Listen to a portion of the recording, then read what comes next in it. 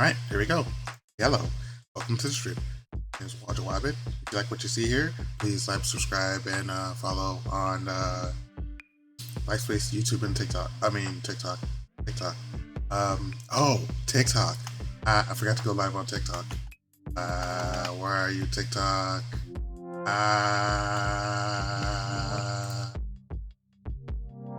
Yeah, about that. Yeah, that's pretty good. Second. Yeah, we're probably gonna pick on later. It's always a one thing I always forget. It's kind of messed up. You know, say la vie, am I right?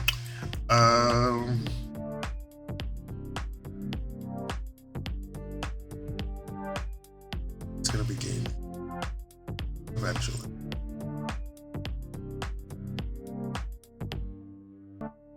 There you go.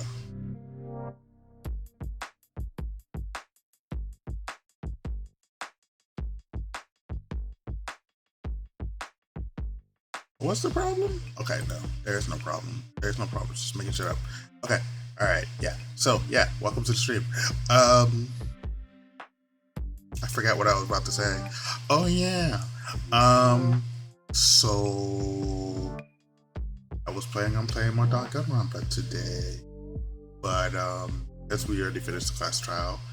But first thing I wanted to do was just go over a video that I saw like at the beginning of the week that I thought was really important. I feel like a lot of gaming today is like cheating's been normalized. Like cheating's been so normalized that like people don't even notice it, right? And so I thought I would play a video that was important to like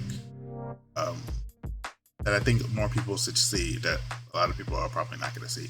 But I thought it would just be a good idea to just like play the video,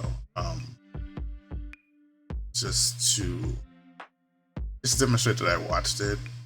I think it's important.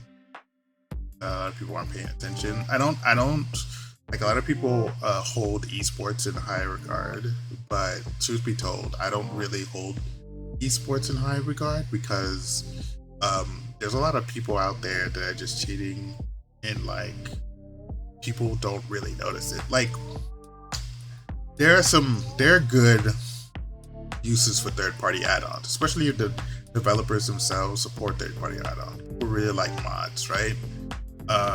Mods are usually things that that other people build.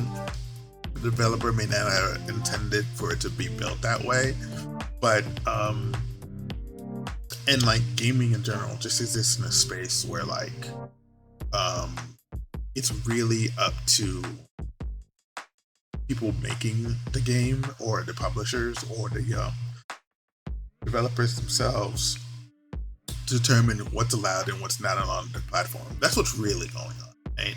But in that space that exists also exists people that will use that goodwill, right? That potential goodwill for other intentions, right? And I think like for as much as like people take esports seriously, I think people's ideas about like I think if people really knew what was going on behind some of the aspects of esports, that like I'm surprised that like esports isn't really something that's not like questioned enough, right? Some people probably do have legitimate skill out there and do belong like at the top of their ranks and whatnot. But I'm pretty confident that like for as long as online gaming has been around, like cheating has been around, and like people haven't been putting like the resources or like the full the thoughtfulness behind like the products that they put out there, or else cheating wouldn't be as widespread as it is right now. Right? So and then like certain games will be taken more seriously. I recently decided to start playing Valorant. I actually haven't turned on Valorant. I just like downloaded it, like literally legit. I just downloaded it, but I thought it was important to start playing it just to see how the environment is different from like other environments, that gaming environments that I've been a part of. For instance, I played all types of different shooters. I played Battlefront, I played Call of Duty, I played Overwatch, I played Fortnite, I played PUBG, I played what have I played? I played League of Legends. I played all those games, right? Some more than others, right? Some more than others. But and that's not like an exhaustive list of all the games that like I've played. I played a ton of online games, Apex Legends even, right? And for all the talk that people have about like those games and how good they are and how sweaty people get and stuff like that, I'm not, I'm wondering how much people actually like care whether or not like people are actually cheating, because how many people I'm wondering how many people that have like taken me down in an online game, or like what am I trying to say, or I've played against that they were cheating. So but enough of my little rant. Let's get into the video I want to watch. Let's see.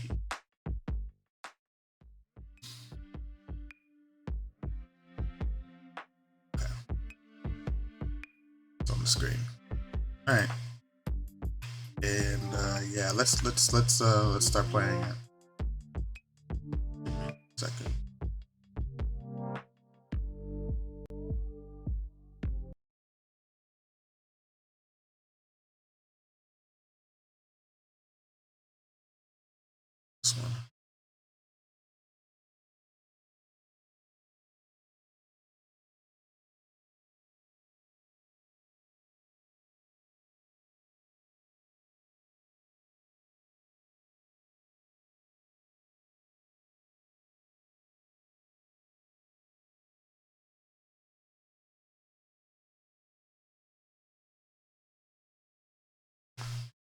So this is a perfect example. Like, a lot of people will look at this clip, right? A lot of people will look at this clip and they'll be like, that person's not cheating. And it's like, like, but it's not that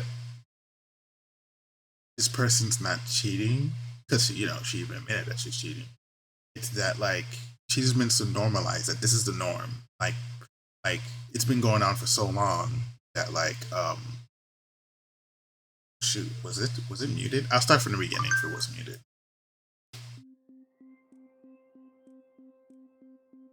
Take a look at this clip. No, you don't. Does it look suspicious? What if I told you this person was using cheats? Well, they are, as the person is me, using an aimbot I developed in a couple days and have been using for months without any fear of being banned. Right, so this is so normalized that, like, nobody notices this person is cheating. And this has been happening for a very long time. This has been happening for a long time. That's why, like, this video is so important to me, at least. No one would have ever questioned a play like this in a game, and if someone was playing well and hitting all their shots, they would just be praised for being cracked and good at the game.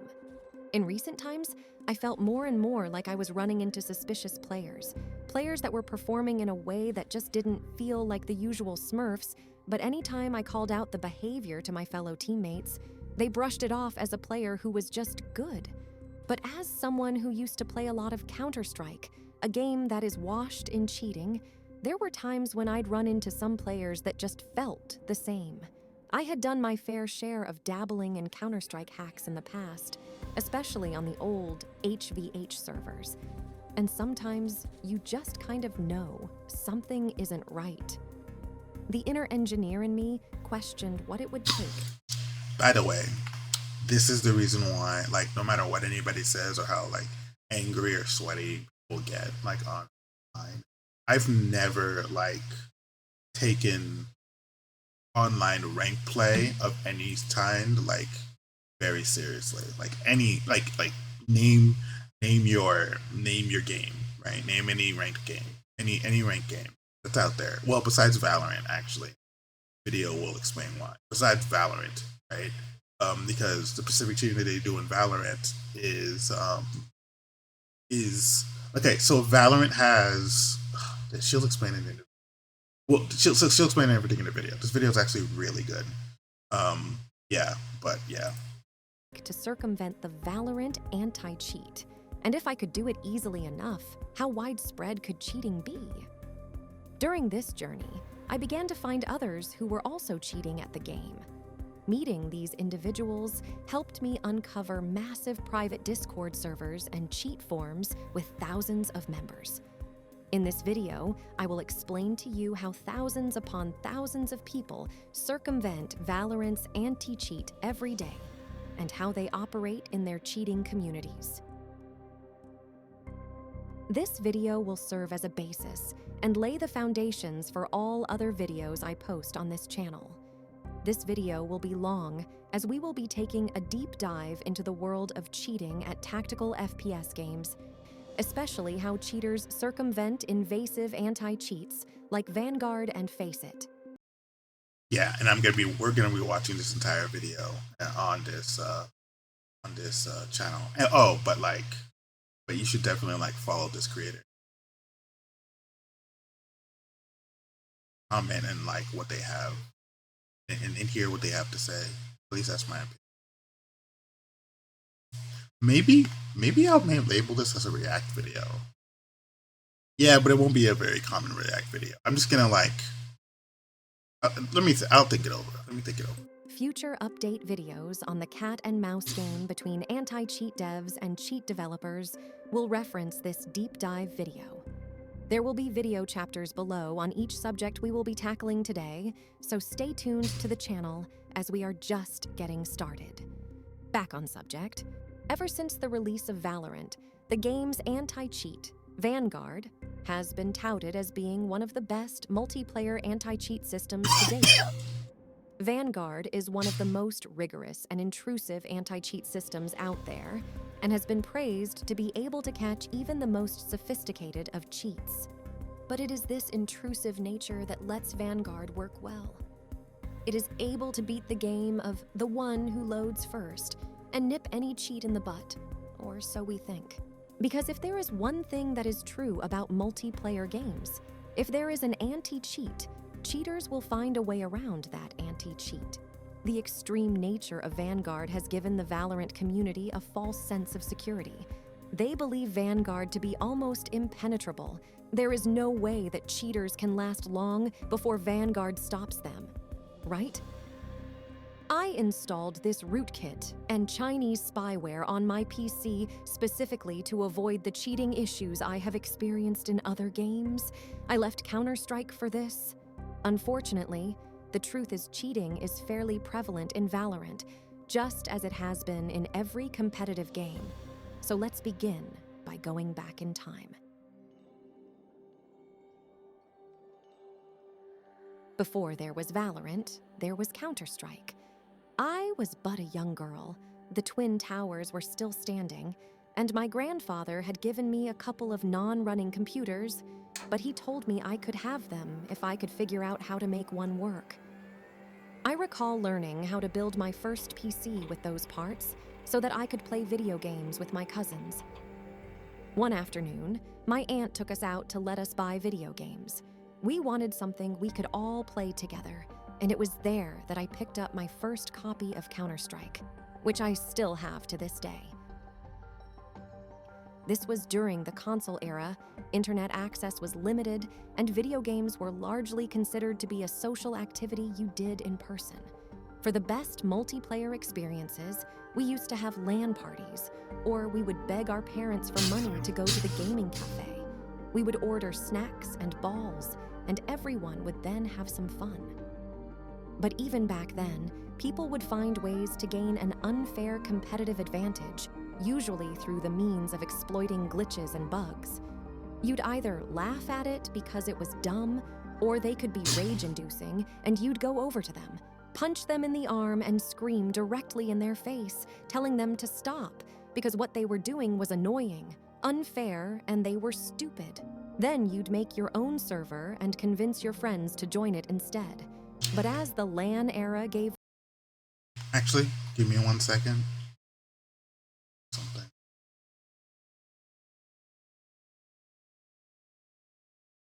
way to the online era, cheats or hacks as we called them, would become more prominent.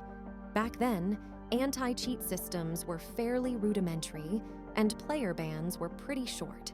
For example, the earliest VAC implementation for CS only banned players for about 24 hours.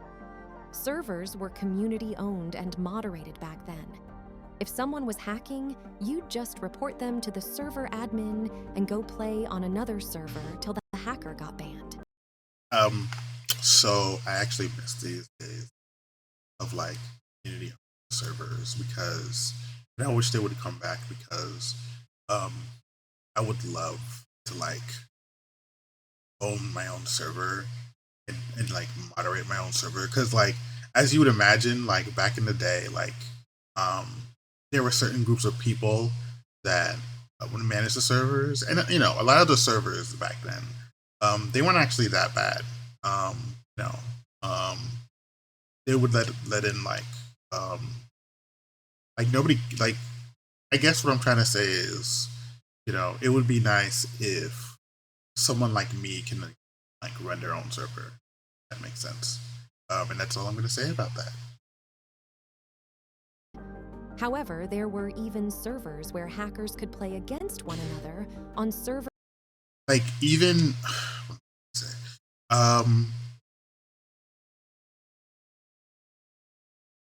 even like now, like more control has been given to companies to run their servers, and I don't necessarily think that like I don't necessarily think that's all good, you know, because back then also like the community could also like build their own tools to like then attached as plugins to like the server that you were running, right? And now like you can't do any of that stuff, right? All that stuff is to other companies. And some companies fairly well, but then it becomes a problem where like if there's a particular problem that the company just doesn't care whether or not whether or not what's going on the server is a problem or not, like they just let it, they just do whatever they want, you know? Like they don't care enough about the game to like do something about how what's going on in that online community, you know? Servers designated as hack versus hack, or HVH. But things really... I don't think community run servers would be a complete solution to that issue. But at the same time, like, it would probably be a good start. It wouldn't completely eliminate the issue. I'll admit that much. But, like, yeah. Started to change when official matchmaking for competitive video games became the standard, and Counter-Strike was no exception to this rule.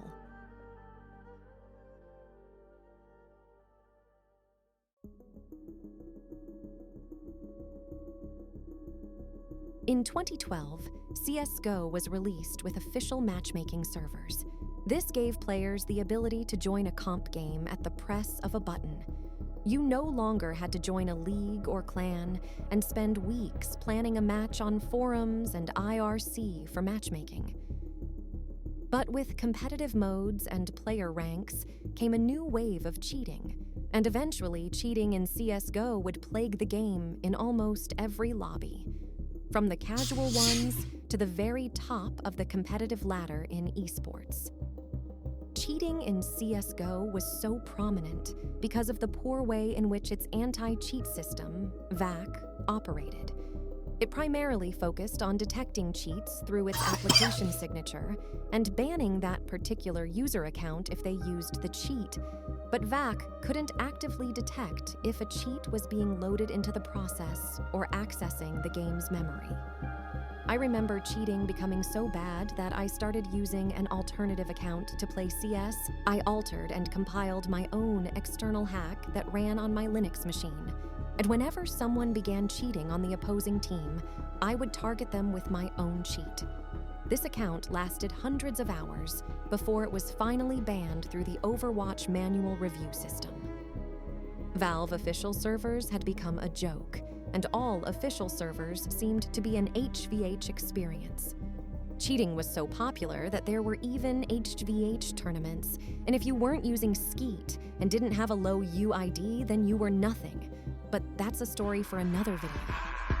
Baby, with your milkshake, you get skeeted on. Thanking you the shit, girl, you get skeeted on. Walking on your feet, girl, you get skeeted on. You get skeeted on. You get skeeted on. My real bigger than yours, you get skeeted on. Running longer than yours, you get skeeted on. Brought your pistol, I got a chopper, get skeeted on.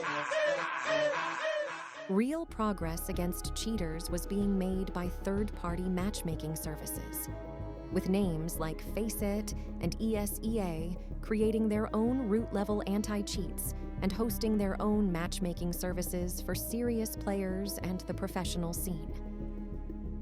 However, these third-party anti-cheats were mainly geared towards professional players and the esports scene. During the early years of CS:GO, cheating had become so common on official VAC servers that invasive kernel-level third-party anti-cheats had become a necessity to ensure competitive integrity in Counter-Strike esports. I would imagine also that like this required lots of money in order to maintain, and like if you need lots of money to make sure that like something is to like verify the validity or something, it seems kind of weird. Like it's a standard. It should be a standard, right? Not a luxury. It should be a standard, right? So yeah, that's the part that. Many non-professional players also chose to install these highly specialized and invasive anti-cheats to get away from the cheaters on official matchmaking servers. But these services did require separate subscriptions and client software for the players to take advantage of all they had to offer. In 2016, however, official matchmaking would improve to a degree with the implementation of verified prime matchmaking. but the question of whether or not the enemy was cheating was always on the mind when one queued on official servers. But hope was on the horizon for the casual player as a new game was about to be born. Enter Project A. Hey everyone, I'm Anna, and I'm the executive producer on one of those games you just saw, codenamed Project A. We've talked about our philosophy on developing new games here at Riot, but I figured we could also show you some. We're making new games, and this one's different, so now let's talk about the cheaters. We know you hate second-guessing if you really lost, or if someone was running an aimbot or a wall hack. From day one, we have put anti-cheat at the forefront of our development, and we will do whatever it takes to preserve the integrity of your matches. We want to be firm in our commitment here, because this matters to us, and we know it really matters to you. Valorant was Riot's take on a Counter-Strike-like game, but with a modern twist on the genre. The game shared Counter-Strike's mechanics, but had waifus. Wait, where have I seen this before? Oh, right. Moving on. From the very beginning, from the very announcement of the game, Riot had one clear goal in mind: to create a highly competitive game that would not be plagued with the cheating problem Counter-Strike had. To accomplish this, they developed the anti-cheat Vanguard. Like FACEIT and ESEA anti-cheats, Vanguard was built as a root-level anti-cheat in an attempt to snuff out even the most elaborate of cheats to ensure the integrity of competitive play at the highest level. To achieve this feat, kernel anti-cheats run at the root level, loading into the operating system kernel during boot up. We can understand this concept by simply looking at computer systems' hierarchical protection domains, commonly called protection rings, and where kernel ACs load within these rings. Computer operating systems offer varying degrees of system resource access through the implementation of protection rings, which constitute hierarchical levels of privilege within a computer system's architecture. This hierarchy is typically enforced at the hardware level, often by CPU architectures that incorporate distinct CPU modes in their hardware or microcode. Rings are arranged in a hierarchy from most privileged, typically numbered 0, to least privileged, typically designated with the highest ring number. In the majority of operating systems, Ring 0 holds the highest level of privilege, allowing it to directly interface with physical hardware components. Vanguard has drivers that load during the system boot in Ring 0 with the kernel. If that doesn't make sense, just understand this. By starting before any other process, Vanguard has the ability to catch cheats before they even load, and can keep tabs on all your system processes and how they access your application memory, which in turn allows the anti-cheat to make sure cheats aren't writing or accessing memory space when Valorant is running. Of course, this method of anti-cheat isn't without controversy, as it is basically a rootkit, and if used incorrectly, can monitor everything you do on your computer. At least Vanguard isn't mining for shitcoins on your PC. I mean, no. I'm surprised. Okay, maybe I shouldn't be surprised. Because I think Vanguard might be using the tools that Windows 11 provides to ensure that like it's not detected as like that's like a rootkit. But I'm surprised like this is the level that people have to go through in order to like the investment and the time and the effort just to cheat is staggering. It's crazy.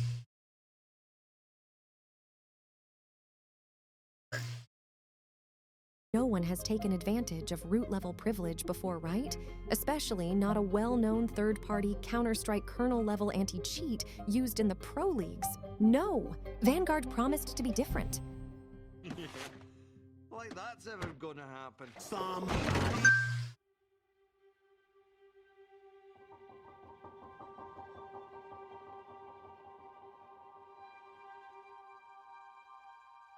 So how do cheaters get around kernel anti-cheats that seemingly know everything? There are many ways people cheat the system to gain a competitive advantage, from actions as innocent as bind jump throws all the way to DMA hardware. So let's start with the most innocent of ways. A bind to get consistent lineups is hardly considered a cheat. Timing your lineup takes skill, but by simply binding your jump and throw keys close together, you can very easily get a consistent jump throw. This might seem innocent, but such binds have been banned in competitive play before in Counter-Strike. But the use of external software can also be used to rebind keys so that you only have to press one key for a jump throw. But these kinds of key remapping can also be used for other actions, like bunny hopping. Most mouse software today ships with functionality that allows for user-defined mouse macros. For example, I like the way that like she describes like basically how to become like a better like you have to buy software and hardware in order to like be a better game like player in Valorant. Like there are people out there that actually do this. Like this is like it's like, you know, she describes something as like, oh, this isn't necessarily a cheat, but like you can buy like you can get like mouse software that like basically gives you a bind and allows you to do stuff that like nobody else can do without the software can do. I like the fact that she's basically like telling you like the resources that you need to like become a better Valorant player. Like this is so good. Binding your mouse wheel to jump constantly, creating perfect bunny hop macro without the need to learn the timing. Like why? I mean, Jesus Christ, it's just a game. Like why does cheating have to be so fucking convoluted? Like this is why, again, this is why like I do not take like ranked based play of any kind. Like freaking like I would like to take it seriously. Like as far as, you know, testing like how good I might be at a certain game, but all this crying over I'm not diamond or I'm not, you know, master or I'm not. It's like, man, I got cheating. Like, so how many of you are cheating? Like, you know what I'm saying? Like, yourself. Mouse macros have not been blocked by Riot, nor have they taken any action to ban users to use macros for actions like this. But things can get a little more questionable when you have mouse software that can run scripts that perform mouse movement functions. Basic anti-recoil scripts can be easily programmed for Razer mice. A script can be toggled to pull down the mouse for you, effectively eliminating recoil. These kinds of scripts aren't going to get you far in the ranks, as eventually most players learn how to control recoil on their own. But it is a way some people exploit the system by letting software do the work for them. It should be noted that Riot patched the Logitech Lua scripts, but for some reason the Razer XML scripts still work. But for anyone serious about cheating, there's nothing better than an aimbot, trigger bot, or one of the most powerful cheats of all, the Extra Sensory Perception cheat, aka ESP. There is one thing all of these cheats traditionally need: access to the game's memory space. The video game's client-side application will store critical game information in the temporary memory, such as player information, their health, and their location. The game obtains enemy player information from the server encrypted in packets, and those packets are then loaded into the memory to be processed by the game itself through system API calls. To resolve enemy location, a cheat will need to access and read the game's memory, thus obtaining the enemy location in 3D space, which can then be processed by the cheat program for ESP, aimbot, or triggerbot. There are two ways cheats can access this memory: externally or internally. On an external cheat, the cheat program runs as a separate process, makes the same system API calls to read into the game's memory space, and resolves enemy player locations. On the other hand, internal cheats are injected into the game client. They are able to read and write to the application memory through the actual game instance by hooking function calls, and can resolve a lot more information with less latency and more accurately, allowing for more responsive and sophisticated cheats. However, a good anti-cheat can usually detect these kinds of anomalies, and cheaters who use external cheats that read from the game's memory using standard system calls, or inject internal cheats into the game will get caught fairly quickly. So how would a cheat hook into system calls if root-level anti-cheats can detect them?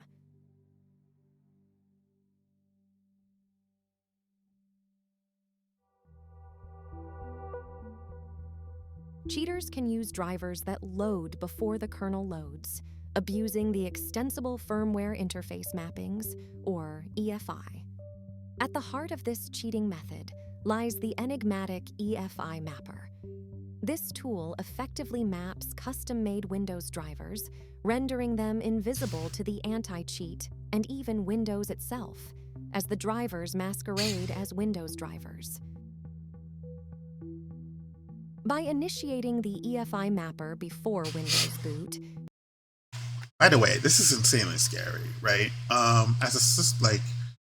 If you're a system administrator, and you're in charge of like an entire like organization, right? You're in charge of like maintaining an entire organization for a company.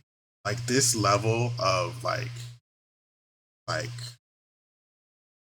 fuckery, for lack of a better word, is very scary because it just seems like to me like this is a means to break into somebody's computer. Not even like from a gaming aspect, like more like and this is why like I think like Windows 11 is so important, because this is these tools. Some of these tools are the same tools that people use to like break into other people's computers, right? And break into other people's computers and take control of their machines, right? You know, it's just very scary stuff. Like that people will go through in order not only to cheat, but to gain access into like people's computers. And the fact that like a tool, an anti-cheat needs to go out of their way, like more people should be like how many cyber attacks have happened like since the beginning of this year, since last year, since like how like for the past 10 years, like how many cyber attacks have there been on like businesses and institutions like all across the United States, right? I just don't think that like people are in the level of sophistication behind these attacks. They're only gonna get worse. So I just don't think that like I don't know, people. I feel like people there aren't enough people out there that are like taking this seriously, or the matter of like security when it comes to like computing in general, like seriously enough. Not only when it comes to like cheating, but when it comes to like just general, like just like keeping your data secure, like in general, you know? Cheat drivers can successfully hide themselves as a Windows driver. This clandestine operation allows cheaters to read memory within the game and run cheats that can hook into seemingly innocent system calls that are secretly accessing game memory. These cheats take longer to detect, as a root-level anti-cheat must find patterns among reported cheaters who all use the same cheat and then detect the signature of the application performing the cheat.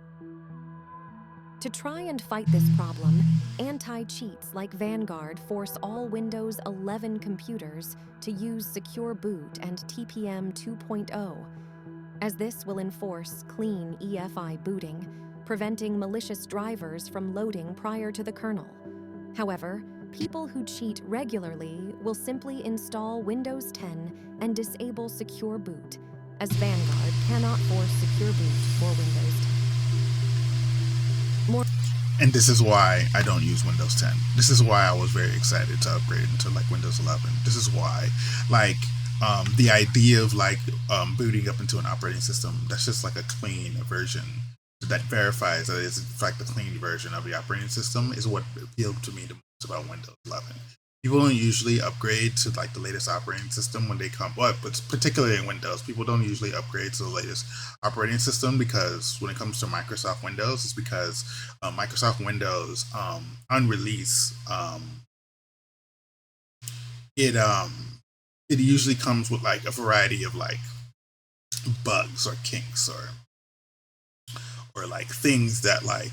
First of all, another thing is that you know, there's usually a UI change of some sort, and it usually gets in the way of like the flow of like everyday work. People just want to be able to get their jobs done.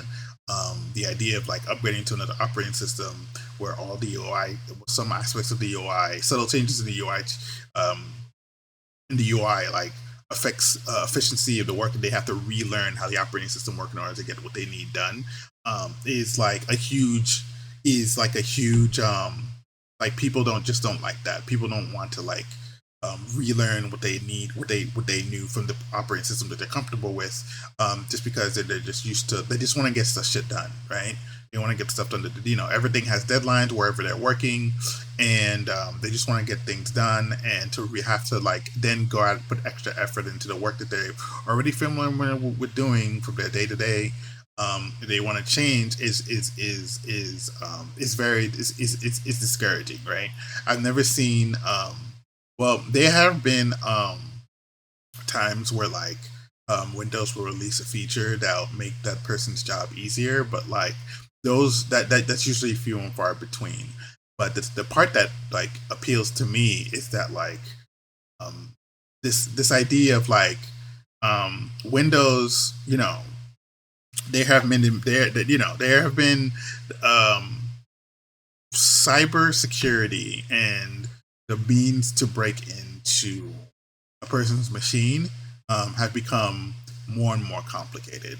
And so the fact that Windows 11 is adding features to increase the integrity of the operating system is a very promising thing to me, and something that is just simply not ignored. You know, I would love it if we can live in a world where you don't have to we didn't things didn't used to be like this, right? Like how over the past it's a moonshot 20 years, right? How much of like personal user data has been stolen, right, in order to like commit identity fraud and stuff like that. Like this wasn't a problem in the 90s. This is only this recent problem of like cybersecurity and having people's data stolen and having to basically like their lives taken away, and you know, having their be impersonated by someone who lives millions of miles away from each other. This is a recent problem with the advent of new technology, right? And like the fact that we don't collectively think like there's probably I can imagine there are so many people out there that know somebody or they themselves are a person who's had their identity stolen. Like just that fact alone should like make people care more about how software is being made and the integrity of the software and how much of the integrity and defense of the software is being considered when people are writing software. And the only reason why this hasn't been in consideration is purely out of profit. It's purely profit, for the profit of the people who make the software. You know what I'm saying? And I'm not talking about the developers. I'm talking about the people who are above the developers, because I'm pretty sure plenty of developers think this is probably a problem, right? More recently, cheaters have started using cracked and custom recompiled versions of Windows. This allows cheaters to even use Windows 11 with their custom EFI drivers, as the cheaters are using their own repacked versions of Windows that they have full control over. Because detection of some of these cheats can take some time, cheaters will use a specific cheat release with an alt account till the cheat gets detected, and their account and HHIDs are finally banned, which can be weeks at a time. At this point, you'd think it's game over for the cheater, right? After all, Vanguard bans cheaters based on their physical hardware components identified by their computer's hardware IDs, right? Well, as it turns out, it's very easy to spoof the hardware IDs. Cheaters will simply spoof their HHIDs once the cheat they are using has been detected, and cheat developers will develop and build a new cheat that will need to be detected all over again. Cheaters will then continue to cheat on a new account. Riot has been attempting to curb HHID spoofing by requiring TPM 2.0, which uses a TPM module which forces hardware uniqueness, but cheaters have simply discovered they can boot from a USB drive. I'm gonna let her finish her sentence, but TPM is probably the things that I'm excited about. It's TPM that I'm most excited about when it comes to Windows 11. Which, by the way, Windows 11 is actually it's very late. Windows in general is actually very late on the implementation of TPM. You should have had TPM a long time ago, and only Microsoft is only rolling out TPM, because the fact of the matter is that TPM hasn't been around forever, and just implementation of TPM into people's hardware hasn't really come along until recently, which is a shame, which is a real shame, you know? Spoof their hardware before their OS boots, and then continue to boot from their Windows partition. Third-party Counter-Strike kernel-level anti-cheats, like Faceit, have curbed this issue by banning more component-based hardware IDs, making it more difficult and potentially more expensive for cheaters to create new computer identities through spoofing or replacing hardware components. Faceit also has stricter regulation on sign-ups of new accounts, requiring phone verification and payment verification. Due to these stricter requirements, it's less common to see cheaters use EFI-based cheats on Faceit servers. But EFI-based cheating is one of the more common ways to cheat at Valorant, as Riot's HHID bans are limited to larger components of the PC that are easy to spoof, and Riot does not require phone verification to play on ranked servers. Most cheaters are usually obtaining their cheats through a cheat reseller who distributes these cheats from a cheat developer, and they pay monthly subscriptions to keep the cheat development going.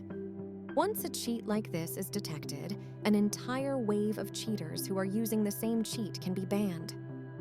Many cheat developers will also exit scam their buyers once the cheat is detected. They will then create a new loader or cheat program and resell the cheat again under a new name. One thing I noticed while browsing through these cheating communities was how closely they were linked to booster services and account resellers. It seems a portion of their paying user base for these kinds of cheats consist of account resellers who use cheats to place accounts in particular ranks. Many of these accounts are then bought by boosters who use the purchased accounts with cheats to then duo with a customer's account to boost it into a higher rank. However, the boosting industry and how it affects ranked play is an entirely different can of worms and out of the scope of this video. If there is interest, I can make a video just on this subject. I'm interested. Now, what if someone wanted to cheat on their main? For players who want to cheat competitively on Faceit, ESEA, or on Valorant to impress others, or even cheat in professional tournaments, how would they do so if their account would simply get banned if the cheat got detected? Well, frankly put, you would need a cheat that is able to access and process application memory deeper than the anti-cheat. But when an anti-cheat is loading at the kernel level, it's harder to go lower than that, right? Well, you'd be wrong, because there is a layer deeper than the deepest software layer, even deeper than the negative ring layers. And that layer is the physical hardware itself.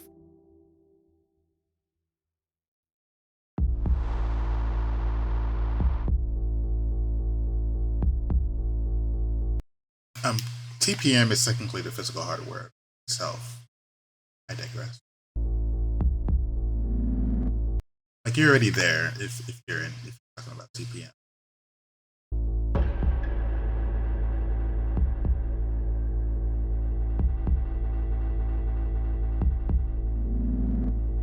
If an anti-cheat needs to run on your PC to detect a cheat, what if you ran your cheat on another computer? That's exactly what cheaters started doing to get around third-party root-level anti-cheats in Counter-Strike. Okay, and this is the reason why. I like what Valorant is. I like Valorant's anti-cheat the most because the fact that they have to go out of their way to put in the effort, like to pay money to buy like separate hardware to then not software, like software, the avenue through software has already been exhausted. The fact that they have to go through avenue of purchasing hardware to actually cheat is, you know, is what makes it so appealing, right? No longer do I need to, now you need to buy a computer. Like, okay, so the other computer the other computer that you need to buy probably isn't more expensive than the one that you're using right now. That much is true, right? Like if you're using a gaming PC, you probably maybe have paid over $1,000 in order to game on your gaming PC, right? But the fact that like you have to then the fact that like the amount of the payment the currency that is it's no longer like you know, I'm no longer have to do research to find us the right software to like cheat. Now you have to go out of your way, go to a store, buy actual hardware, and whether or not it's cheap is another concern entirely. Don't get me wrong. I would also like it might be fairly easy if you know what you're doing, right? If you don't know what you're doing, then you have to put in the extra work in order to do the research to then find out that you need to that you need to go to the store to buy separate hardware. But the fact that you have to do all of that is what appeals to me and Valorant's anti-cheat. That's what's appealing to me, right? Now, if what would be even more appealing if like you couldn't even get away with that, but you know, at least my thing is they're putting in the work and it shows, and I'm gonna get into Valorant just because of that. Like that's the reason, you know. Sorry. To accomplish this, cheaters install a direct memory access controller directly into their PCI slot on their computer. If someone's doing it better than what Valorant's doing, I would love to hear it. The DMA controller can directly access the memory bus and pull the data directly from your computer's RAM, effectively bypassing the CPU and bypassing the operating system completely. There is no way for the anti-cheat to detect that the memory was accessed and pulled from, as long as the operation only reads from the target computer's memory. Once the memory is pulled by the DMA device, a copy of the memory can be sent to a second computer to process that memory. A program on the second computer can scan that memory copy for the allocated region the game process writes to, and a cheat program will then be able to resolve information such as player location, health, or other game assets. A visual representation of this data can be shown on a second monitor for the cheater to visualize. This gives cheaters a safe way to have radar ESP without fear of the anti-cheat catching them. But DMA cheats aren't limited to just radar ESP. A DMA cheat can also provide wall hacks. To accomplish this, a video overlay box is needed. One feed is sent from the clean PC showing the game's output, and the second feed from the cheat PC, which shows the locations of enemy players in 3D space. The two feeds are then combined and shown on one monitor. There is no way for the clean PC to know the video output is being merged with enemy player locations that were resolved by the dirty PC.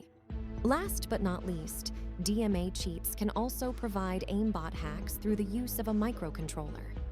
A microcontroller spoofed with mouse hardware IDs is plugged into the clean PC so that it only sees a mouse plugged into the COM port. The real mouse is also plugged into the microcontroller to give real user input. Finally, the dirty PC is plugged into the microcontroller, providing resolved enemy player locations. When the cheater clicks the mouse near an enemy, the microcontroller can correct the mouse movement to hit the enemy using the enemy player location data that is fed to the controller from the cheat PC. To try and combat DMA cheating. By the way, so, this can also include things like all you really need is like the general, like the PC needs is like the location of where to shoot. So you could possibly make it so that the microcontroller knows the closest pixel to aim at in order to get like a headshot on a person from a very whatever the distance may be, right? It's not a matter of wouldn't be possible. No, at that point, once you have any type of computing device that can basically access the memory locations of where a person is and at what point of the person's body that you're aiming at, then it's just a matter of trying to find or trying to write the right code to then have the body shot or make a headshot, so would I do that? No, because that's an absurd to me. All this is an absurd amount of labor just to win at a goddamn video game.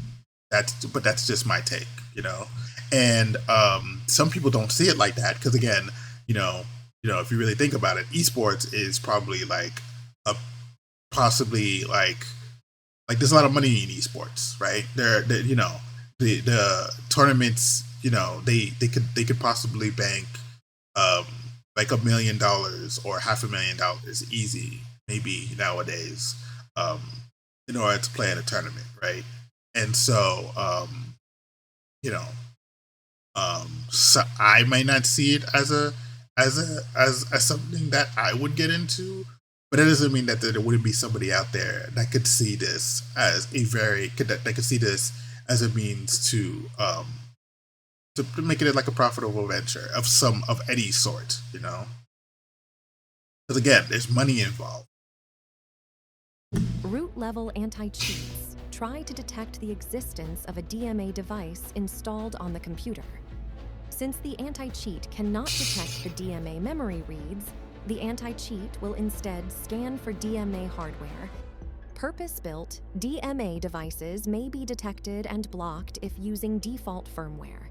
To avoid detection, cheaters will flash custom firmware to their DMA devices to spoof the device as another component, like a network controller. Riot Games Vanguard has been especially aggressive at combating DMA cheating, and there has been a lot of drama between anti-cheat devs and cheat devs around the effectiveness of Vanguard against DMA methods, force loading IOMMU, the busmaster bit flip, and so on. But such a topic is out of scope for this video. As of today, as long as a DMA device is properly spoofed with correctly flashed firmware, it will be able to bypass Vanguard. DMA cheating has one major drawback: price. DMA hardware is very expensive, as you need a second PC. The DMA controller by itself typically costs $400 USD. Additional hardware to enable wall hacks and aimbot can set you back another $500 USD. To top it off, monthly subscriptions from a DMA cheat provider can also be expensive. Due to the high cost of who cares if the money pool in a tournament is $250,000, it pays for itself, right? It pays for itself, right? entry, running into a cheater using DMA cheats is fairly uncommon, and it can be argued that smurfing is much more disruptive to competitive play in comparison. This is especially true in Valorant, where the developers chose to ignore the smurfing issue altogether. To reduce costs, some DMA cheats loop the resolved game data. Okay, personal opinion. Smurfing is a problem. It's a real problem, right? I mean, who likes a dickhead who's going after like people who are like who don't know anything about the game and it's just like killing newbies? Like who likes that type of piece of shit? But like, smurfing isn't cheating. Smurfing isn't like cheating is so much of a bigger problem, and I would love actually smurfing might actually be an easier problem to solve if thought about correctly. So you know, so to a certain extent, it can be solved. It can be solved. It would require a lot of work, but it could be solved. There's something out there. It would require a lot of work, but it could be solved. But like, cheating is a much graver problem than because so cheating is about falsifying the merit that's required for you to reach a certain rank. Smurfing is about prohibiting self-development in a game that you care about, right? Equally are important, but like, cheating is much of a great problem because like you don't even deserve the place that you're at. Smurfing is a problem because you care more about winning than just letting people actually like play the damn game at the very least, right? So yeah. Back to the game PC, and a separate process on that PC uses that data to perform the cheats. The downside to this method is that there is still the possibility for the application running on the game PC to be detected by the anti-cheat, rendering this method more risky. But what if a cheater wanted a method that was safe but also inexpensive? Without a DMA device, there would be no safe way to read from the game's memory space. Instead, one would need a cheat that could operate without needing access to the game's memory. And cheaters found a way to do just that through a method called visual cheats.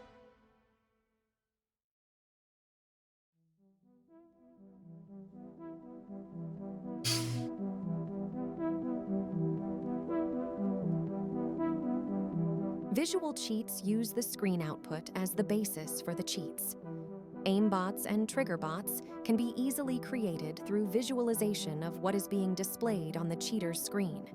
They cannot be used for other cheats like wall hacks, as they cannot resolve game data from the memory. One of the simplest visual cheat is developed through the use of auto hotkey scripting, or AHK. AHK is a scripting platform used for automation of applications and mouse movements. When Valorant was first released, cheaters discovered they could write simple AHK scripts to move the mouse to where the enemy was showing up on screen by tracking the enemy outline colors. However, Riot eventually patched such AHK mouse movements, and players caught using such functions were banned. While AHK aimbots were easily patched, simple AHK trigger bots continue to be a method cheaters use to this day. Cheaters simply rebind their shoot key to a keyboard button and have the AHK script press that key when the mouse cursor moves over the colored outline of an enemy.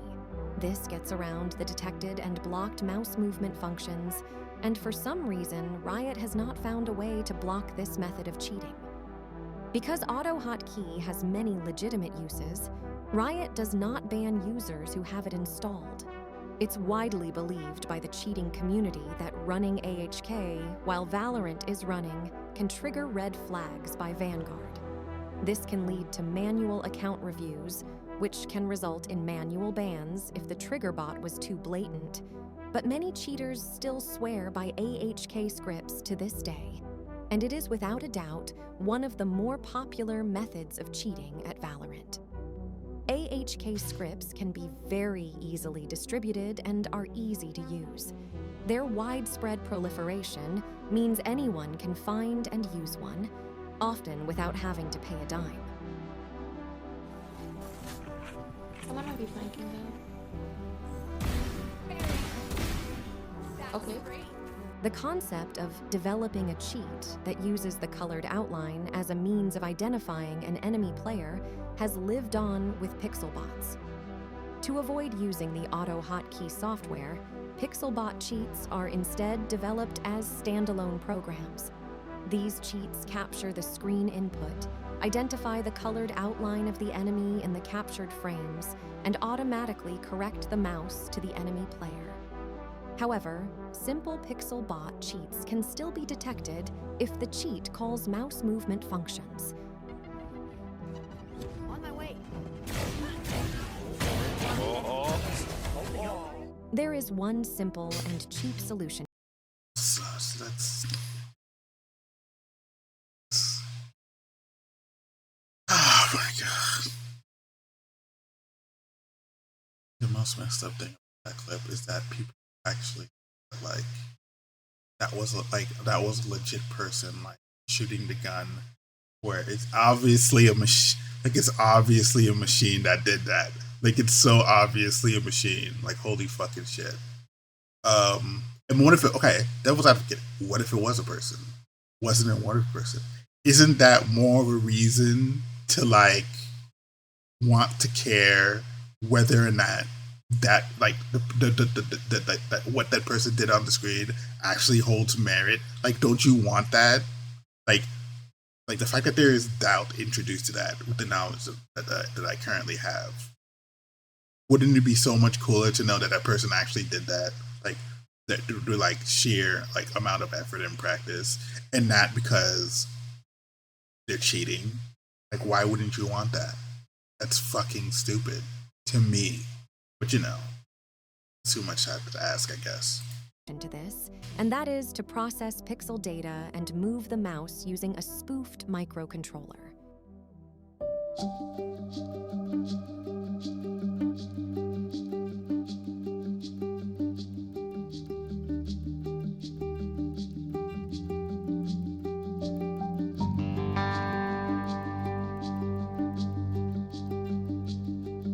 When I was first attempting to find a solution to bypass Vanguard, my first development method involved capturing a small section of my screen around the crosshair and streaming that data to a Raspberry Pi, which is a cheap, single-board computer. On the Pi, I would process the small captured pixel data, find the colored enemy outlines, and send the pixel locations to a spoofed microcontroller. This microcontroller was also plugged into my main PC and would correct my mouse movements. That was all the hardware I needed for a safe, undetectable aimbot. A $40... When I'm watching this, I just realized I'm like, patience sometimes things that people enable second. It's ridiculous. Pi and a $40 microcontroller. In order to find other cheaters, I began playing in and subsequently dominating in deathmatch servers, adding anyone in those servers who I suspected of cheating. After queuing and playing a couple games with these suspected cheaters, I narrowed out the ones I was certain were actually... And you know, some person might make the argument, oh, you know, it's just a game. Okay, fine, no. Actually, I agree with that. They'll make $1 billion industry out of it. Is esports, you know, $1 billion industry? No, it isn't. I've watched a YouTuber say that every year esports is actually losing money. Right? They're losing money. All right, fine, but wasn't the intent to make it one day $1 billion industry? Wasn't that the intent? Right? Wasn't that like? Isn't that what? But you want it? Don't you want it to like rival like football or something like that? So you know, on one hand you're saying, oh, it's just a game. You know, the cheating is not important. But on the other hand, you're saying, but I want to build like I want to make like mucho money out of it. Okay, fucking pick one, right? Cheating and revealed to them that I was using a cheat.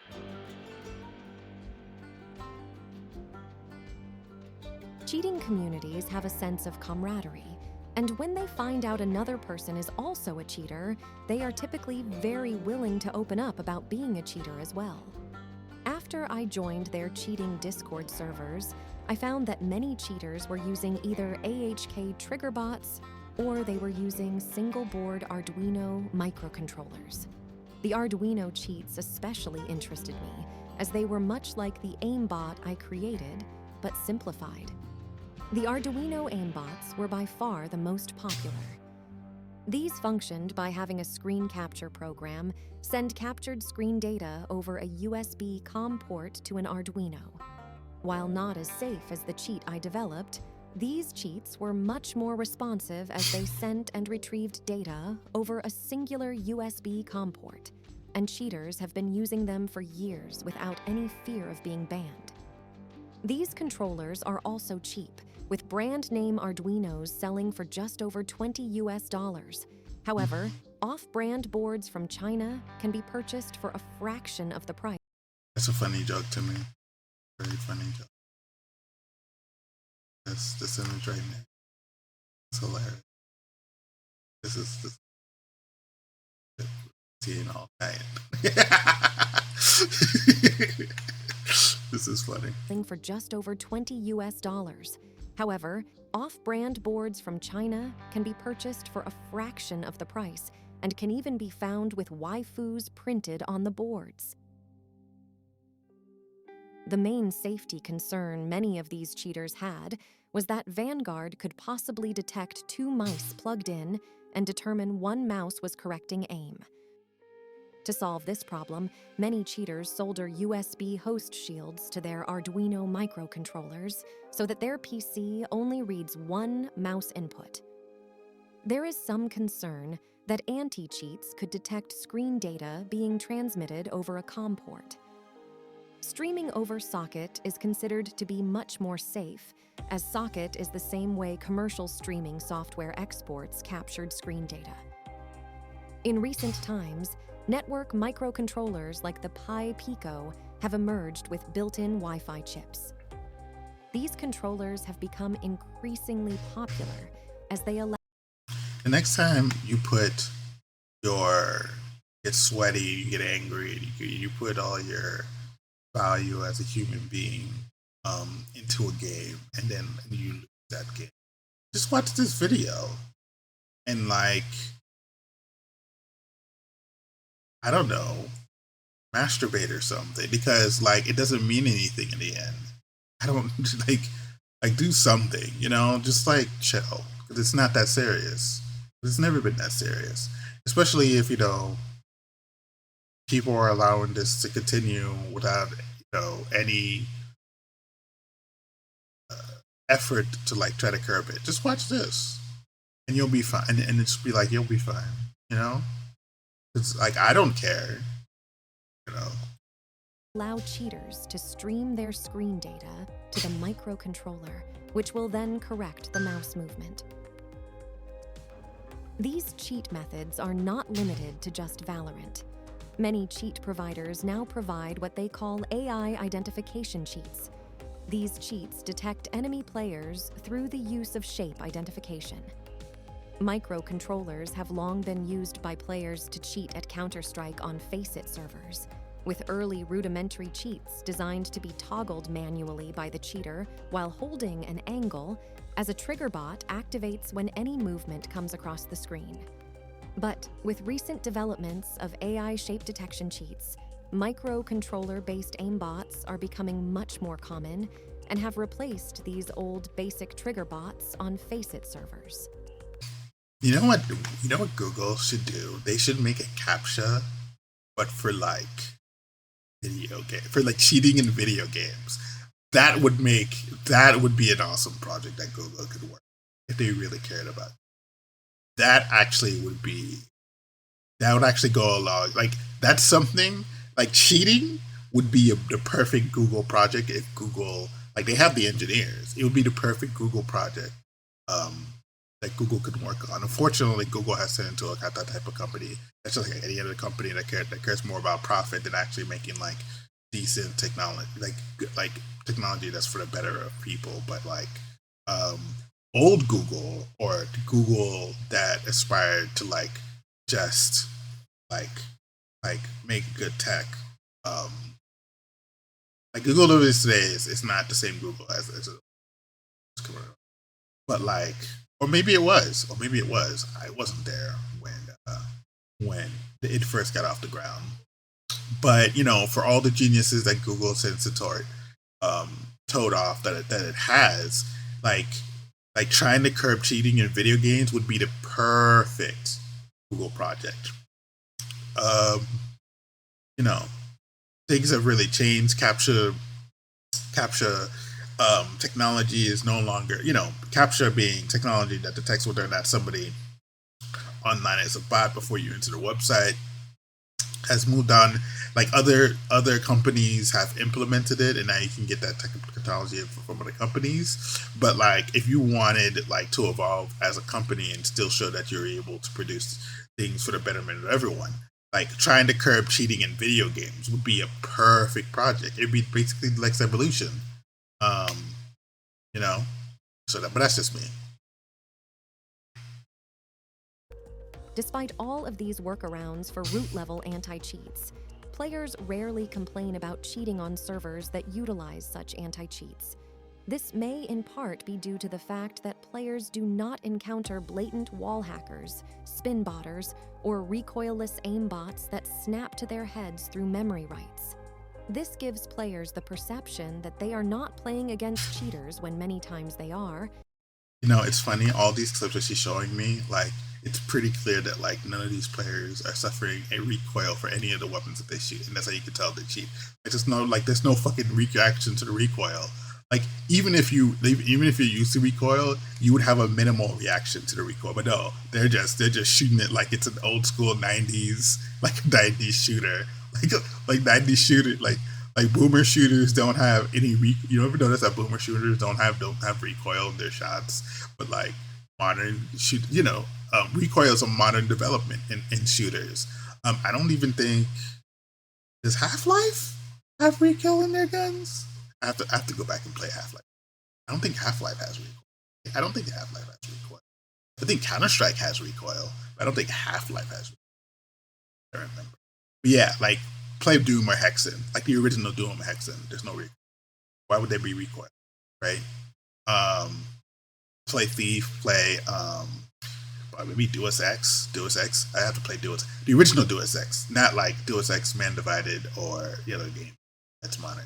Like those probably, like the modern games probably have recoil, but the first Deus Ex doesn't have recoil. System Shock probably doesn't have recoil either. I bet if I played it today. So yeah. And instead, they write the cheater off as a smurf. That's the funniest shit I've heard. But if an anti-cheat is effective enough to bring most cheaters down to the same level as a smurf, perhaps such an anti-cheat is good enough for casual. See, and that's the problem. Like, it's so normalized that, like, people don't even give a shit anymore. Like, they write it, like, it's like you said, they write it up as a smurf. No, they're fucking cheating. It's so normalized. Ranked play. While such anti-cheats still have their flaws and could definitely be improved through better pixel bot detection or spoofed controller detection, at least the game experience isn't riddled with blatant rage hackers we experience on official servers of other games. Perhaps one day, our beloved game will be fixed. And remember, only poors cheat on alts. If you're going to cheat, you better do it on your main with thousands of dollars worth of skins. I love you all. Rem out.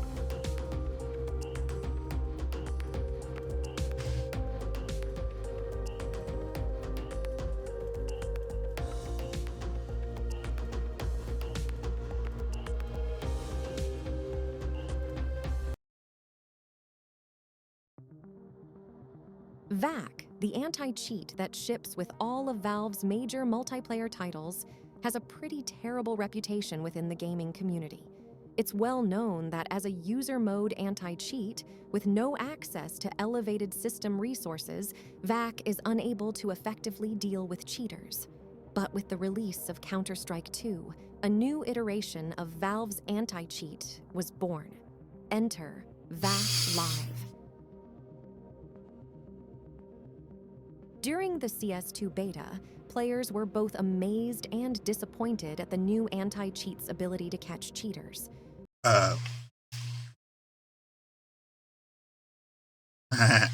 I'm enjoying this all too much.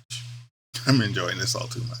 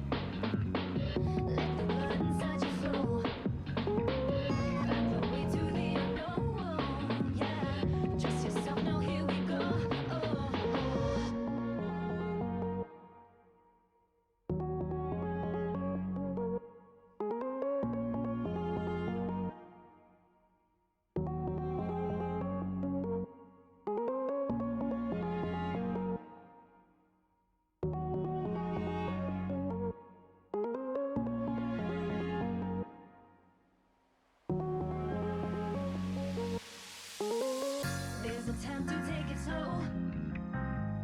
Let the blood inside you flow. Find a way to the unknown. Yeah, trust yourself and let it go. There's a time to take it slow. Let the blood inside you flow.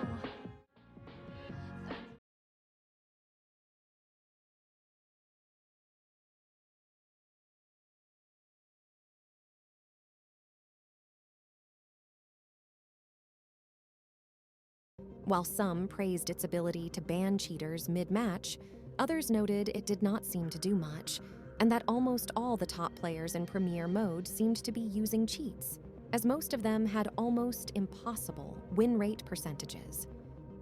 Players were hoping that the new AI-assisted anti-cheat was learning patterns during the beta and hoping for a massive ban wave on the official launch of the game. However, on release, there still seemed to be many cheaters in the game, but hope was seemingly not lost, as a few days after release, a ban wave was initiated and many accounts were lost to the wrath of Gaben. There were reports of individuals who owned hundreds of accounts suddenly getting banned, and others lost accounts with large and expensive inventory. How long have I been muted? Some people in the community started making I'm pretty claims sure I that wasn't these muted. accounts must have been using inventory changers, not understanding that inventory changers are only rendered client-side for the user and do not show up on Steam profiles. Okay. On the surface, this ban wave seemed to be a major victory for the release of Counter-Strike 2, as it seemed that VAC Live was working as intended. But as someone who has dabbled in cheats and cheat development in the past, there's one thing that I know about these communities. They don't stop cheating. I looked into who was affected by this ban wave, and what I found was not surprising at all. In fact, it was completely expected. The recent ban wave was directed at one cheat in particular, aimware. My name is Tyler and I love aimware.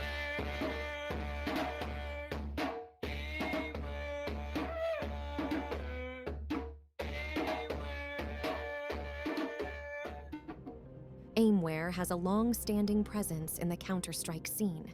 It is well known by those who cheat as the cheat for normies, and even those who don't cheat know its name. Aimware is the most popular and easily accessible cheat for Counter-Strike. I love not playing Counter-Strike. I'll not play Counter-Strike every day like it's like I breathe water. Strike, and as a Sorry, breathe air. What am I saying? public cheat, it has been detected many times over the years, resulting in ban waves with each detection, but it always comes out with a new release, and cheaters will make new accounts and continue to use it. Most cheaters understand that by using aimware, they will likely lose their account at some point, but cheat releases can go some time before being detected again, resulting in time windows where cheaters feel secure or safe using a particular cheat. Prior to the release of CS2, there were many other cheats out there for CSGO, some of the safest being private or semi-private cheats that only read from the game's memory using kernel-level drivers that allow the cheat to safely hook into system API calls, effectively bypassing VAC. These have been considered fairly safe to use with CSGO and have gone without frequent detection, as VAC is still a user mode anti-cheat and does not have root-level access like. I think this video by itself is going to ensure that I never install another Counter-Strike of any form on my ever again. Faceit and ESEA anti-cheats that can detect cheats with drivers masquerading as Windows services. But even popular public cheats like Inuria have managed to mostly avoid detection by users who use it safely and don't activate functions that could cause red trust. Many cheaters who used what they considered to be safe cheats had become insensitive to the possibility of a ban and had fallen into a false sense of security, thinking that VAC was such a dog-shit anti-cheat that they could cheat on their mains with good public cheats or private ones. Some cheaters would even cheat with large inventories using kernel-level EFI cheats or hardware DMA cheats. But such cheats are a topic for another video.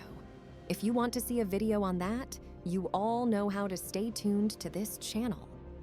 Back on topic, at the release of Counter-Strike 2, most of these popular undetected cheats, private or public, did not have releases for CS2, as most had been catering to CSGO, and even during the CS2 beta, there was a lack of cheats for CS2, except for one, Aimware. Very early on, Aimware rewrote their cheating software to work with CS2.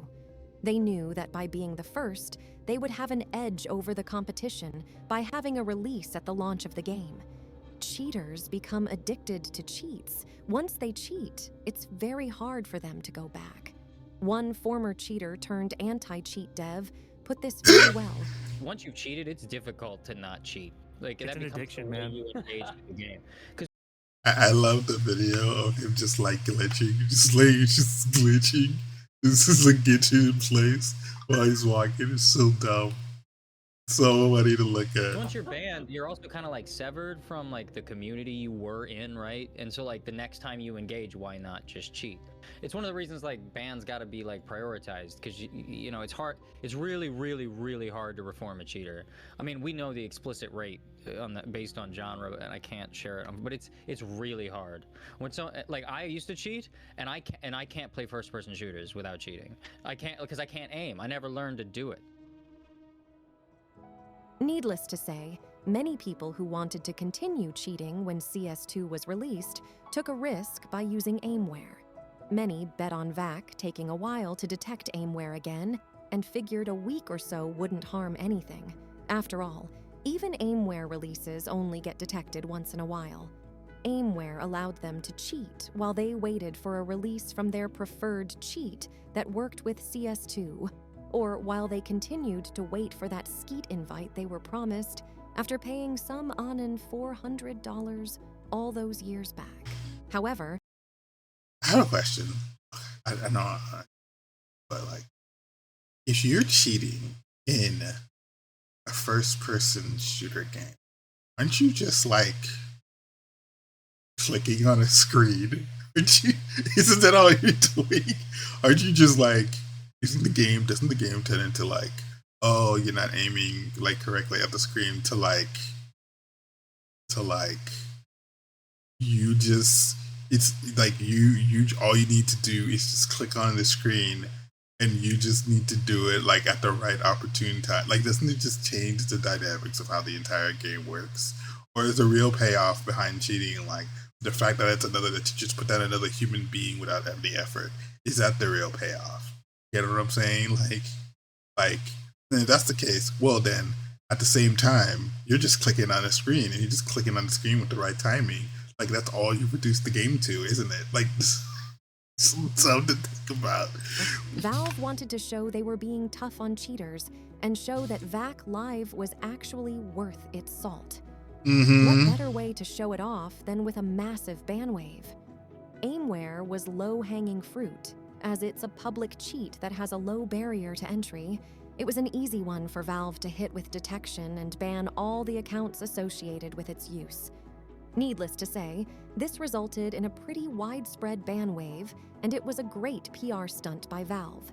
Players were now praising how VAC managed to purge so many cheaters from the game, and how cheaters lost inventories worth thousands of dollars, or how some cheaters lost hundreds of accounts.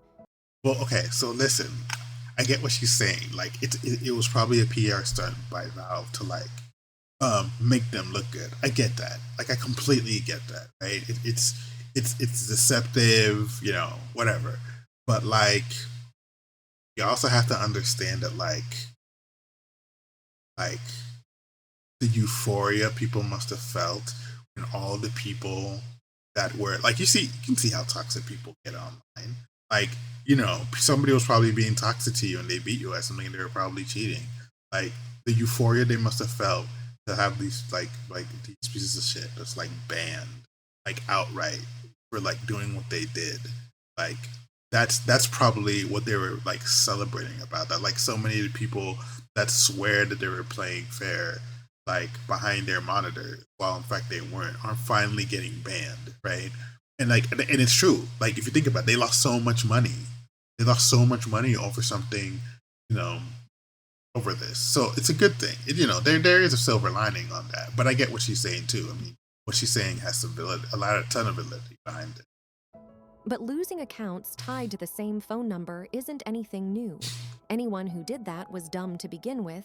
It's well known that if multiple accounts are tied to the same phone number, if one gets banned, they all get banned. And for the people cheating on their main with aimware, that's a massive risk and just plain stupid, like you couldn't spend a few days using an alt account.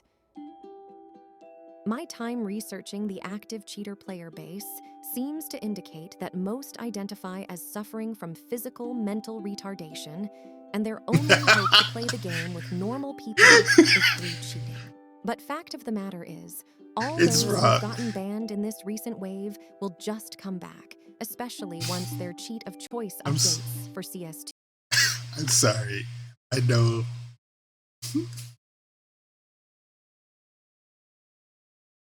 I know it's wrong for her to say that, but at the same time, like, it's just sarcasm and you know what she means.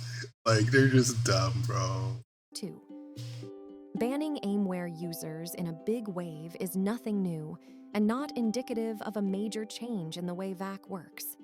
After all, it is still a user mode anti-cheat, and it will not be able to detect cheats that run in deeper protection. Like I've seen, there are people with mental disabilities that have better characters than the people that are out here cheating and being toxic. I can say that. Ring layers. VAC has a long way to go, and unless the Counter-Strike community is willing to accept a kernel-level anti-cheat, easy access and cheap cheats will continue to be the norm. However, even kernel-level anti-cheats are not perfect, and there are many ways cheaters are able to bypass even Ring 0 level anti-cheats. I will be continuing this series in a second video, where we will get super technical on this concept and go on a deep dive into the world of driver-level cheats and hardware cheat methods that are used to get around root-level anti-cheats like Riot's Vanguard for Valorant or Counter-Strike third-party matchmaking services like Faceit and ESEA. So make sure to subscribe. And remember, only poors cheat on alts. If you're going to cheat, you better do it on your main, and you better use easy frags. I love you all. Rem out.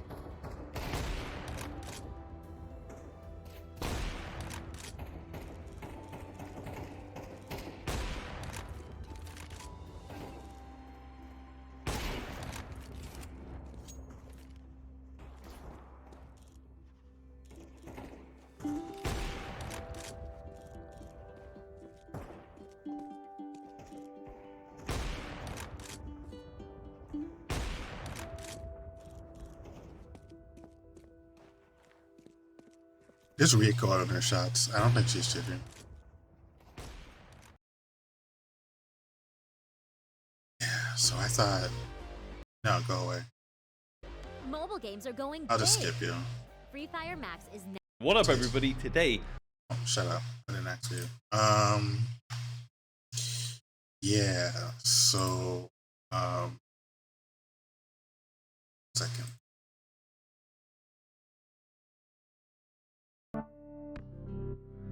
Yeah, so that video that I just showed, or at least the video that I started with, right? Like if you look at her subscription numbers and you look at how many likes the video has gotten, I don't think that video has gotten like the appreciation that like deserves.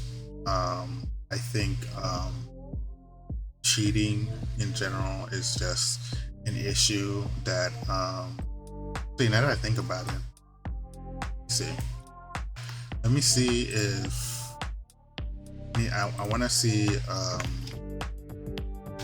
want to see if there are any React videos to this. Anybody has done a React video? Yeah, nobody's really done any React content on this. Hold on. Maybe? Wait.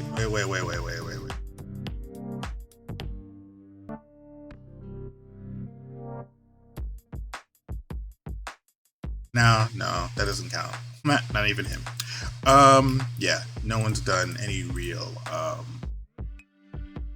action videos. I just wanted to do a little research. I actually didn't do the research on like whether or not there were React videos on that video, and now that I do, that I'm actually kind of happy that I did it. I'm gonna try to see if I can upload not the whole thing. I mean, if you want to upload the whole thing, you just watch the video and see for yourself. Or you can just watch what I watched. I wish there was a feature on YouTube. Like, so many people are doing React content. I wish there was a feature on YouTube where, like, if you're going to like make React content, like, you should also like allow the person, when they like your video, that you should also like the other person, right? Because they made the video that you're reacting to. That would be nice if that was a feature built into YouTube. But you know, I digress. I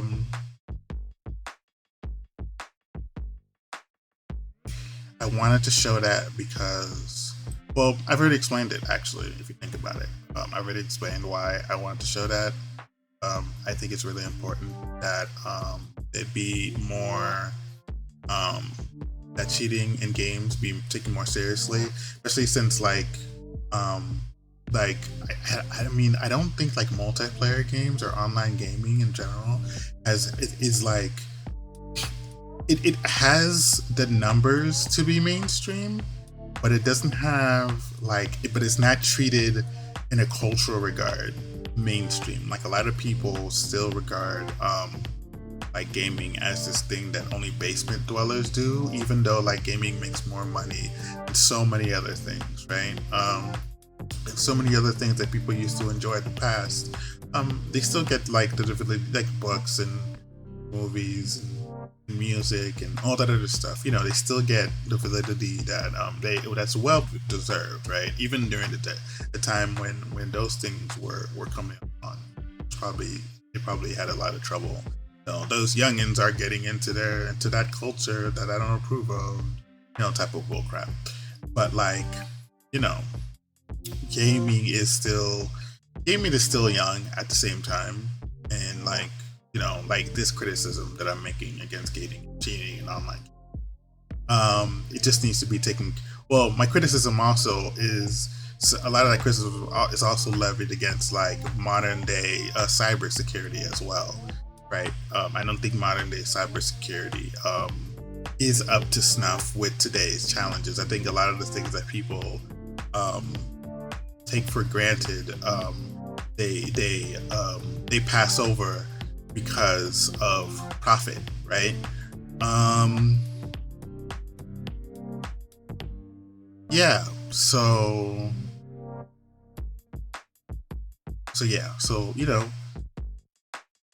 let's get to tonight's feature. Danganronpa. I'll be right back.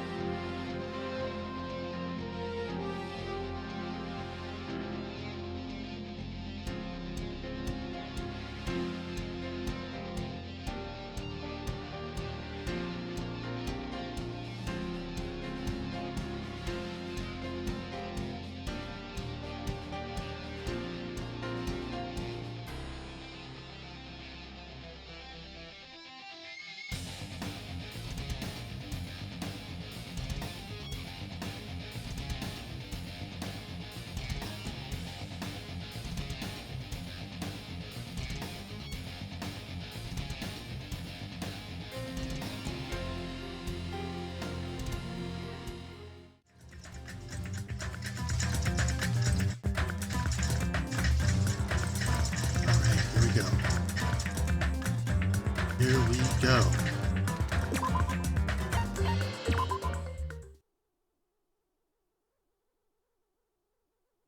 Things would progress smoothly. That's right, a common ordinary progression is fine. For example, the enemy lair coming right after you do the final boss, or your dead friend suddenly appearing.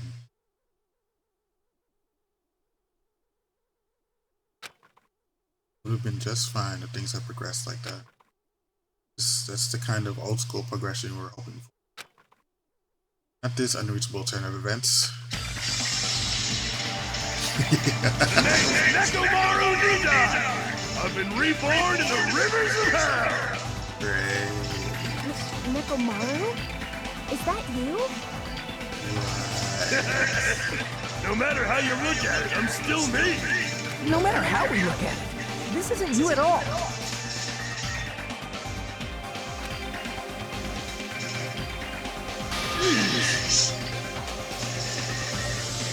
Oh, you know what? You're probably hearing this twice.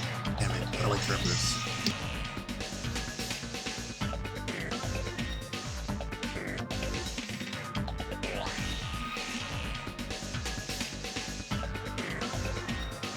Hello, testing 1, 2. This is not how I wanted to do this, but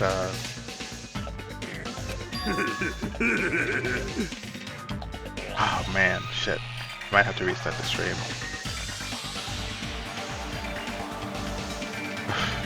I'll do it after this.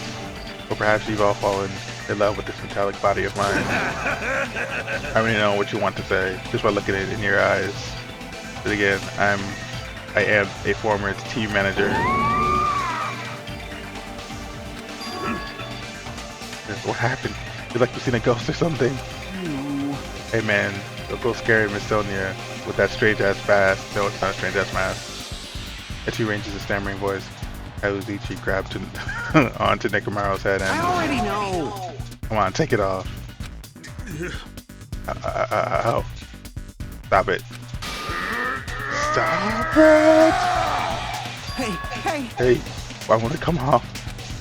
Wait, what? Are you freaking kidding me? Holy crap! It's that just for show! Pure electricity! That just for show. It's pure electricity. I've been reborn as pure electricity. Oh shit, he really did die. You're seriously Nekomaru. That's my fault, right? You ended up getting a body like that. Still my fault, right? Sorry. I'm sorry, Nekomaru. I don't know how to apologize for this. Don't worry about it. A lot of stuff happens when you're alive. You serious? You're too upbeat. Is that really okay? You keep sweating the small stuff. You're gonna end up getting more gray hairs. Hey! Commenting on every little thing like he does is a waste of time. Hey. But you're really Nekomaru, right? Came back for us, right? That's right. I was waiting for the depths of hell in shining silver. Are you even okay with that? It doesn't even compare to my eye patch, right? Right? That's the problem. How can you accept that body? It's better to just be alive. Huh? It's better to just be alive. Hey, don't you agree? If I'm alive, I can still talk to you all. If I'm alive, I can still fight. Show some spirit! Doesn't matter what happens to my body, not one bit. Amazing! You're amazing. Nekomaru was brimming with hope. Oh god. Better to just be alive. I don't understand what Nekomaru is saying. No matter how he makes sense of this, it's just too weird. This isn't a novel or a movie. This is reality. Something this unexplainable will really be allowed to happen? No, instead, why did this happen? Anyways, I'm glad. That's fine, right? Right? Nekomaru definitely came back to us. What's this? My, am I interrupting your touching reunion? Oh god. Yeah! Why is Nekomaru a robot? Hey! It's really difficult to save Nekomaru from the jaws of death. But they don't call me the psychopop magician for nothing. Oh my goodness. Such a wonderful before and after. Wonderful before and after has occurred. It was me a little too dramatic. Thanks to that, I'm getting stabbed by all these envious stares. Hey! Hey, if you're really a robot, what's going on with your thought process? isn't that a program too? Then what happens to the other stuff like your self-awareness and well, how many times do I have to tell you that doesn't matter? No matter what shape or form I take, I am Nekomaru Nida. Is he going to power through the rest of his life with his new abilities? That kind of reaction, it looks like you really are self-aware. That makes it all you say. I've never seen or heard of anything like this before. What a commoner considers advanced is not much of an advancement. Thinking about advancement exists in colleges and laboratories. It's a huge misunderstanding. The real best is in the place where you can pass on that talent. If you're saying that to you, were you really that amazing? Stop admiring him. Super stuff toy, don't go screwing with people's bodies like that. Hold on, if you harm Nekomaru, Monokuma, you're going to... If you attempt to fight me yet again, you're quite the barbarian. Jeez, this time you'll definitely fall prey to my Monokuma bazooka. Isn't that what killed Nekomaru last time? Once again, the world shook and turned stark white, as if the surrounding environment and all sound was blown away by the impact, turning everything completely white. With that whiteness, I heard that voice yet again. Nekomaru! That didn't faze me at all! Check it out, I'm intact! I have no injuries at all! Hey. Are you fucking serious? Took that blast and doesn't even have a scratch. It's a single scratch. Awesome. He's seriously a robot. Hey, can you let me assemble you? Can you let me assemble you, show you your inside? No, thanks. I get assembled. I end up dying. By the way, Am I supposed to fill you in? I'm supposed to fill you in. Even though he's a robot now, Nekomaru is still count as a murder, okay? Of course! That's what it's possible that Nekomaru might still kill someone instead. Don't say such foolish thing, that will never happen. Well, with that in mind, you guys enjoy the killing full trip together. Once again, I hope we all get along. It's impossible.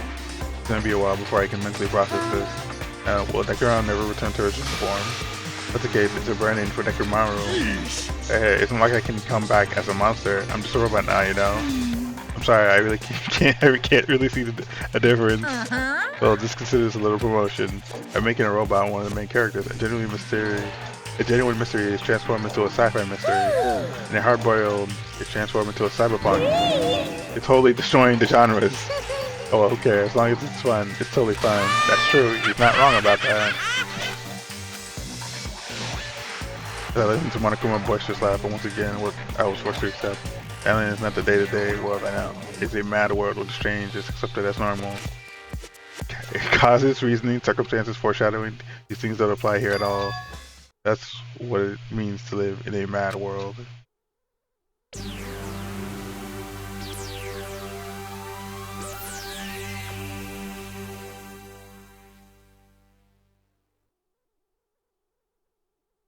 Yeah, I'm gonna reset the stream. Next morning we gathered at the hotel restaurant like we always do. Ah, shit. The food today was awesome as usual. So you should do a lot to relax just by looking at you. It's possible not to worry about it, no matter what. Feels really strange. It's not something I get used to easily. Hey. Anyways, what are you gonna do? Nekomaru, you used him already? What am I gonna do? For food, do you need like oil? Hey. Regular, premium? Nice. Nah, he doesn't need oil since he's already pure electricity. He needs battery powered or something. He's only eat normal food, especially rice dishes. I can't keep my eyes off of them. However, I feel a little down today, so I don't have much of an appetite. Alright! Are you malfunctioning? If you show you your insides, I can fix you up, you know. No means no! What? So you're here too? Sorry. I should know my place and not speak out of turn when everyone's gathered together like this. I just want to make sure I spoke to you about what happened yesterday. What happened yesterday? A person Mikan called her beloved. I can't help thinking that I won't get out of my head. What? Am I a coward for worrying about it? Let me tell you. Cross my mind as well, but based on how she praised it. So this is the end. This is really... I can go back to my beloved and can be forgiven. To finally see my beloved, please forgive me, as my hopes finally see you die with me. This, too, I must was. be the will of causality. She was speaking to an entity that does not exist in this world. Nothing to worry about. Fine. Importantly, we should be thinking about the Future Foundation, our enemy. That fearsome organization known as the World, and they're truly responsible for our imprisonment. If you flinch, you will die! Then investigating who's behind that organization is our top priority. The Future Foundation. Word future. Does that have anything to do with that ancient ruin? I mean, there's no doubt that that symbol on the door, the ancient ruin, was the Japanese word for future. If that's the case, it might be better if we investigate the ancient ruins again together. Later, however, when I think about it, the less sense it makes. Why would an organization that's taking part in the world make us suffer like this? They went through a lot of trouble to abduct us and bring us to this island. Not only that, they took away several years worth of memories of our lives at Hope Peak Academy for reasons that are also unknown. Future Foundation, World Ender. Ha! Impossible! There's obviously something wrong with you. You believe in something so unrealistic. Hey! You're one to talk. But what we should be most considered about is our lies to the Future Foundation. Isn't that right? It's a traitor from the Future Foundation that's hiding amongst us. Hey. I wonder who it is. The true identity of the outsider hiding among us and try to ensnare us. I won't be fooled. Nagito, obviously the most suspicious though. Or even a childish organization blathering about the ending the world wouldn't accept someone like me. Nobody wants a worthless human to join their group. You guys should know that feeling well, right? Oh shit. That's the reason why you're not the traitor? I don't understand your theory at all. Yeah, it's not a good theory. It's not a good theory at all. That doesn't make sense. And who you think is the most suspicious? It's obvious. And I'm not Hajime. What? Me? Well, this isn't normal to doubt the most likely candidate. Not that one here who still doesn't know what ultimate talent you possess. We're basing this on an outsider hiding among the group of ultimates. We should be doubted right away. Had she made the creator? Of course not. What are you even saying? I don't even remember who. You didn't raise your voice like that. We might become even more suspicious of you, you know. It's obviously his fault, literally. Stop fighting. Don't you think fighting with ourselves like this is more too much trap? That might be true, but... Alright, I'll handle this. Just leave the matter to me. What do you mean? The sentence allowed me to present to you my new function I discovered last night. New function? Now tell me, is it flight? Can you fly? Oh god. Not a conventional function like that. It's far more practical and novel. Now then, let's go.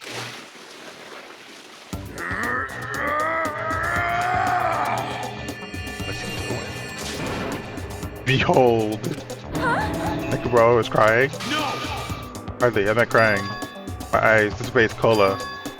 My left eye dissipates Robeats tea. Are you kidding me? What? A soda fountain? I know we'll be here all day if we keep commenting on every little thing you do. Fuck with me. But what the hell was Monica thinking giving you a function like that? You're so That guy, he's definitely fooling around. Monica was just toying with people's bodies. I too was modified by Nakuma, so I totally understand how Nekumaro feels. Don't be depressed, you'll get used to it. Surprising how quickly you get used to it. Don't get bunny into our conversation all of them. I'll kill you until you die from it, you stupid rabbit. That's an extremely violent thing to say to someone. Yeah. Showing up at a time means, did you come here to tell us that you defeated another mono beast? But you're correct. Once again, you can visit New Island, so please take the opportunity to get on with everybody. I ain't going. What a drag. We don't want to go to the New Island. It's not like we're going to find a way to escape this place, right? You are right. I feel as though the opportunity to kill increases every time we go to a new island. So it may be best if we don't go. I don't know what you're playing, you fiend, but we're not going to fall for it. That's a misunderstanding. Lame. Oh jeez, how annoying. Just stay back and leave the rest to your big brother. Give an example of how to lure these guys. To you, little sis. We're going, you're acting like we're allies or something.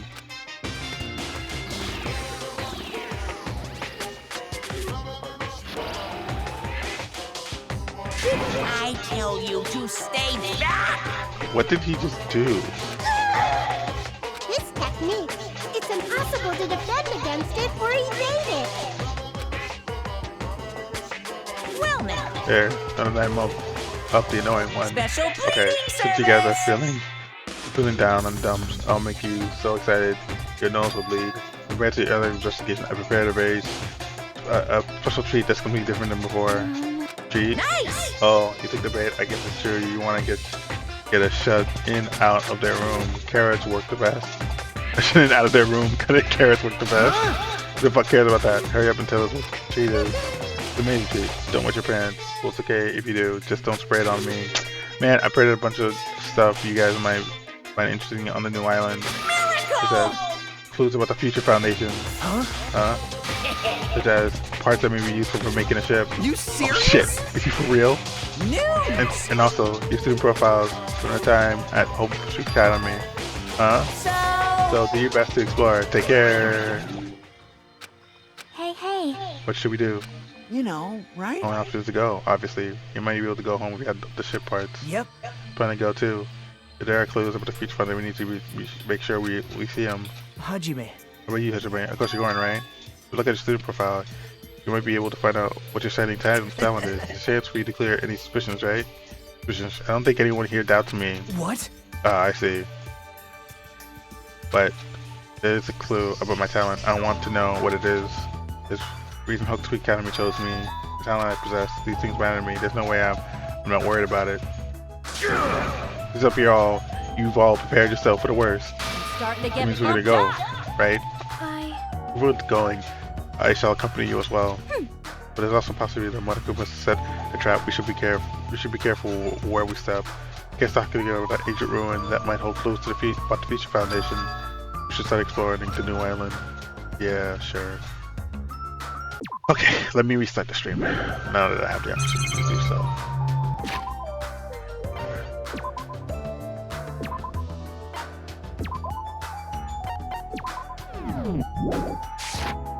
Alright, here we go. Let me restart the stream. Be right back.